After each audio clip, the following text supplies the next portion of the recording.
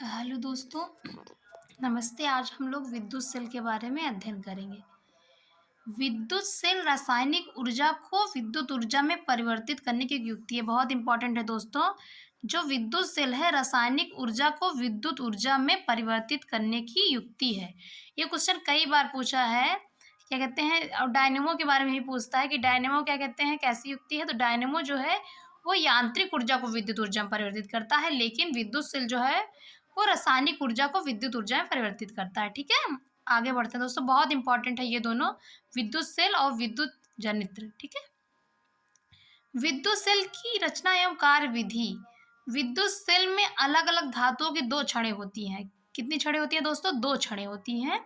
विद्युत सेल में अलग अलग धातुओं की दो छड़ें होती हैं, जिन्हें विद्युत ताग्र या इलेक्ट्रोड कहते हैं। क्या कहते हैं दोस्तों? इलेक्ट्रोड कहते हैं। ये इलेक्ट्रोड किसी बर्तन में एक द्रव में डूबे रहते हैं। विद्युत सेल में कितने इलेक्ट्रोड होते हैं दोस्तों? दो, जो कि किसी द्रव में बर्तन में डूबे रहते हैं।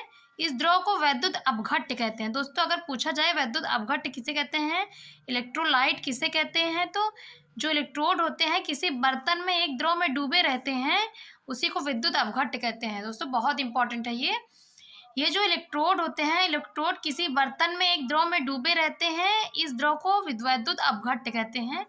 अलग अलग प्रकार के सेल के लिए अलग अलग प्रकार के इलेक्ट्रोड होते हैं। वैद्युत अपघट्य व बर्तन का उपयोग किया जाता है। इतनी बात समझ में आई दोस्तों। जो सेल होता है उसमें दो इलेक्ट्रोड होते हैं। क्या कहते हैं? दो छड़ें होती हैं, दो अलग अलग धातुओं की छड़ें होती हैं, उन्हें इलेक्ट्रोड कहा जाता है। और जो इलेक्ट्रोड होते हैं बर्तन में एक द्रव में डूबे रहते हैं, उन्हें क्या कहते हैं दोस्तों? वैद्युत अपघट्य कहते हैं। आगे बढ़ते हैं। जब दो इलेक्ट्रोडों को किसी वैद्युत अपघट्य में डुबोया जाता है तो एक इलेक्ट्रोड पर ऋण आवेश तथा दूसरे इलेक्ट्रोड पर धन आवेश एकत्र होने लगता है। जिस इलेक्ट्रोड पर ऋण आवेश संचित होता है उसे कैथोड कहते हैं। बहुत इंपॉर्टेंट है। जिस पर ऋण आवेश रहता है उसे कैथोड कहते हैं, और जिस पर धन आवेश रहता है संचित होता है उसे एनोड। एनोड। जब इन इलेक्ट्रोडों को किसी चालक तार से जोड़ा जाता है, जो इलेक्ट्रोड हैं दो दोस्तों, कैथोड और एनोड, जिसपे माइनस चार्ज होगा वो कैथोड होगा, जिससे प्लस चार्ज होगा वो एनोड होगा। जब इन इलेक्ट्रोडों को किसी चालक तार से जोड़ा जाता है तो उसमें आवेश प्रवाहित होने लगता है, जिससे तार में विद्युत धारा बहने लगती है। जब तक वैद्युत अपघटन से आवेश इलेक्ट्रोडों को मिलते रहते हैं, तार में आवेश का प्रवाह होता रहता है और विद्युत धारा प्राप्त होती रहती है। ठीक है दोस्तों, अब हम लोग देखेंगे सेल के प्रकार। सेल मुख्यतः दो प्रकार के होते हैं, प्राथमिक सेल और, बहुत इंपॉर्टेंट है, प्राथमिक सेल और द्वितीयक सेल। आगे बढ़ते हैं दोस्तों। प्राथमिक सेल के बारे में देखते हैं। क्वेश्चन कई बार पूछा है डीएलएड 4 सेमेस्टर के प्रीवियस ईयर में विज्ञान सिलेबस में। प्राथमिक सेल वे होते हैं जिन्हें पुनः आवेशित नहीं किया जा सकता, मतलब इसका एक बार प्रयोग करने के बाद इसे दोबारा प्रयोग नहीं किया जा सकता। प्राथमिक सेल वे सेल होते हैं जिन्हें पुनः आवेशित नहीं किया जा सकता। इन सेलों में होने वाली रासायनिक क्रियाएं अनुत्क्रमणीय होती हैं।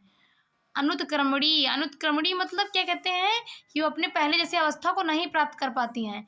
इसका एग्जाम्पल है दोस्तों लेक्लांसी सेल, डेनियल सेल, वोल्टीय सेल, शुष्क सेल, बटन सेल प्राथमिक सेल है। दोस्तों बहुत इंपॉर्टेंट है, ये क्वेश्चन कई बार पूछा गया है।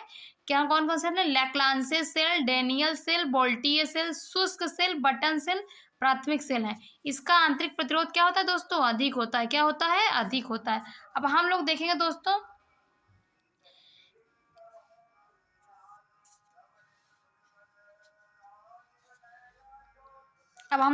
क्रियाकलाप देखेंगे। एक शुष्क सेल लेकर उसका अवलोकन करें। सेल की बाहरी भाग मोटे कागज अथवा धातु की बेलनाकार आकृति का बना होता है। सही बात है। इसके मध्य में धातु पीतल की टोपी लगी होती है। क्या लगी होती है दोस्तों? पीतल की टोपी। वृत्ताकार आकृति की पेंदी धातु दस्ते की बनी होती है। किसकी बनी होती है? दस्ते की। अब सेल को तोड़कर भीतरी भाग का अवलोकन करें। धातु के बेलनाकार बर्तन के अंदर मध्य में एक कार्बन की छड़ होती है। ये क्वेश्चन पूछा गया है, कौन सी छड़ होती है? तो कार्बन की छड़ होती है, तथा छड़ के चारों ओर काले रंग तथा सफेद रंग का चूर्ण भरा होता है। ये जो छड़ है दोस्तों, एक काले कलर का, किसकी छड़ है? कार्बन की छड़ है। ठीक है। काले रंग का चूर्ण मैग्नीज डाई ऑक्साइड MnO2 तथा कार्बन के चूर्ण का मिश्रण है। सफ़ेद रंग का चूर्ण अमोनियम क्लोराइड है, जो सेल में जलीय पेस्ट के रूप में भरा जाता है। सेल का खुला ऊपरी सिरा चपड़े या पिच से बंद होता है। कार्बन की छड़ के ऊपरी लगी पीतल की टोपी धन आवेशित होती है, दोस्तों बहुत इंपॉर्टेंट है। तथा जस्ते से लगी हुई सेल की पेंदी ऋण आवेशित, मतलब ऊपर वाला जो पार्ट है ये क्या कहते हैं, धन आवेशित, और जो नीचे वाला रहता है वो ऋण आवेशित रहता है। शुष्क सेल में प्रयुक्त रसायनों के बीच होने वाली क्रिया से विद्युत धारा प्रवाहित होती है। इस सेल के से थोड़े समय के लिए विद्युत धारा प्राप्त की जा सकती है। दोस्तों अब हम लोग द्वितीयक सेल के बारे में अध्ययन करेंगे। द्वितीयक सेल वे सेल होते हैं जिन्हें पुनः आवेशित किया जा सकता है। अभी दोस्तों हम लोग पढ़े हैं प्राथमिक सेल वे सेल होते हैं जिन्हें पुनः आवेशित नहीं किया जा सकता, ठीक है। इन सेलों में विद्युत धारा प्रवाहित करके विद्युत ऊर्जा को रासायनिक ऊर्जा में बदला जा सकता है। इसे सेल का आवेशन कहते हैं, ठीक है दोस्तों। सेल को उपयोग में लाने पर पुनः रासायनिक ऊर्जा विद्युत ऊर्जा में रूपांतरित होती है। इस क्रिया को सेल का निरावेशन कहते हैं। चूंकि इस सेल को आवेशित करते समय विद्युत ऊर्जा को रासायनिक ऊर्जा में संचित करते हैं, अतः इन्हें संचायक सेल भी कहते हैं। इसका एग्जाम्पल है दोस्तों सीसा संचायक सेल, नीले सेल द्वितीयक सेल है। इसका आंतरिक प्रतिरोध कम होता है। अभी दोस्तों हम लोग देखे हैं जो प्राथमिक सेल होते हैं उनका आंतरिक प्रतिरोध अधिक होता है, और उसका एग्जाम्पल था डेनियल सेल, लेक्लांसी सेल, वोल्टीय सेल, शुष्क सेल, बटन सेल आदि, ठीक है दोस्तों। ठीक है, धन्यवाद दोस्तों।